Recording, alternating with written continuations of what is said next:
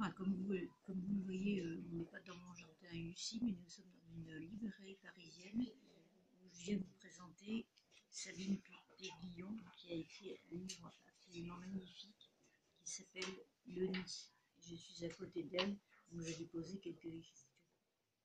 Bonjour Sabine. Bonjour. Je voulais vous demander avant tout, est-ce que vous lisiez beaucoup quand vous étiez petite? Énormément. Et je pense qu'on en vient à l'écriture d'abord par la lecture. Hein. Plus on lit, plus peut-être on est fasciné par les mots. C'est d'une façon toute petite. J'ai toujours eu le sentiment de m'isoler et d'être moi-même avec les livres. Et vous lisiez quoi comme sorte de livre? Tout ce qui me passait entre les mains. Je crois que j'avais des collections roses, des collections bleues, des collections vertes, la bibliothèque verte, la bibliothèque Roger-Or. Oui. Après, j'ai même eu les Sylvie, Je connais. Non, les Caroline, les Martine. Caroline, oui. Et après, tout ce qui pouvait passer entre les mains. Et j'avais surtout un petit carnet que j'ai retrouvé quand j'avais 7-8 ans, qu'on m'avait offert, sur lequel je recopiais des belles phrases, ce qui me semblait être des belles phrases, des vers, des fragments de ce que je lisais. J'ai retrouvé, c'est assez étonnant. Et ça vous a servi par la suite, ces fragments que vous gardiez dans un cahier? Non, pas vraiment, si ce n'est la musique des mots. Voilà, Hein, ça c'est important. Et d'avoir ce lien entre lecture et écriture. Parce qu'en fait, l'urgence d'écrire vous est venue, comment le cheminement s'est fait, comment? J'ai toujours écrit, alors on écrit peut-être ce qu'on considère après comme des bêtises, mais d'abord recopier, après des événements. Excusez-moi de vous interrompre, vous recopiez des écrivains? Oui. Ah là, d'accord. Des poèmes qu'on me faisait apprendre par cœur, je retenais un vers ou deux. Et j'ai encore je faisais déjà des petits dessins à côté. Bon, après on écrit sa journée. Un journal intime en quelque sorte.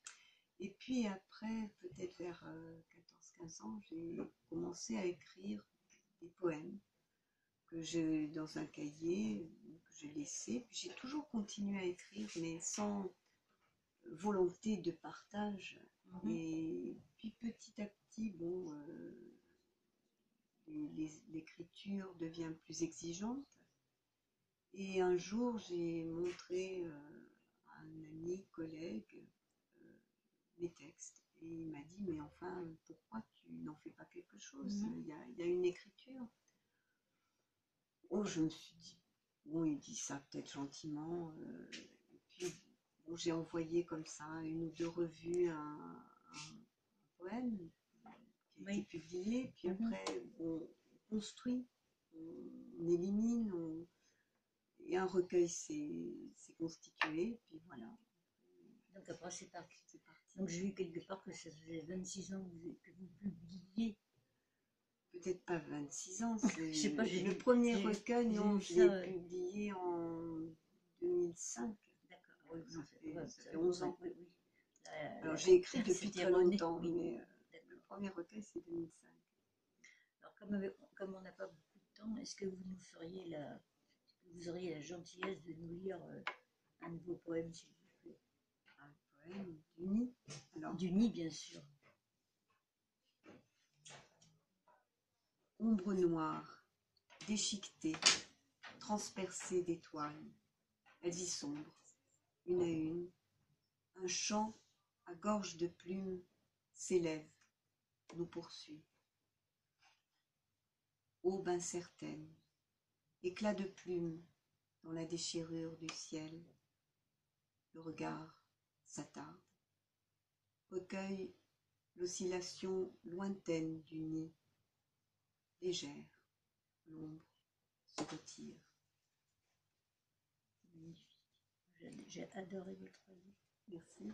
Et ça m'a fait un bien. Enfin, c'est vraiment la vie et l'amour parce que j'ai eu beaucoup de souffrance dedans quand même. beaucoup de vie, mais beaucoup, beaucoup de souffrance.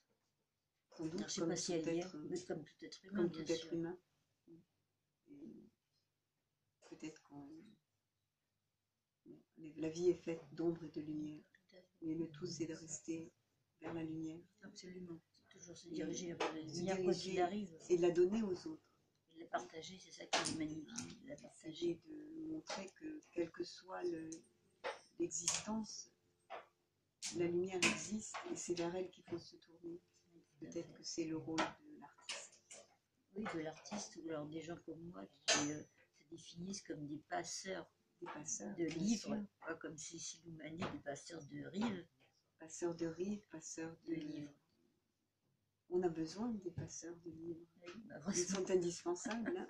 Sinon les livres vont fouettant.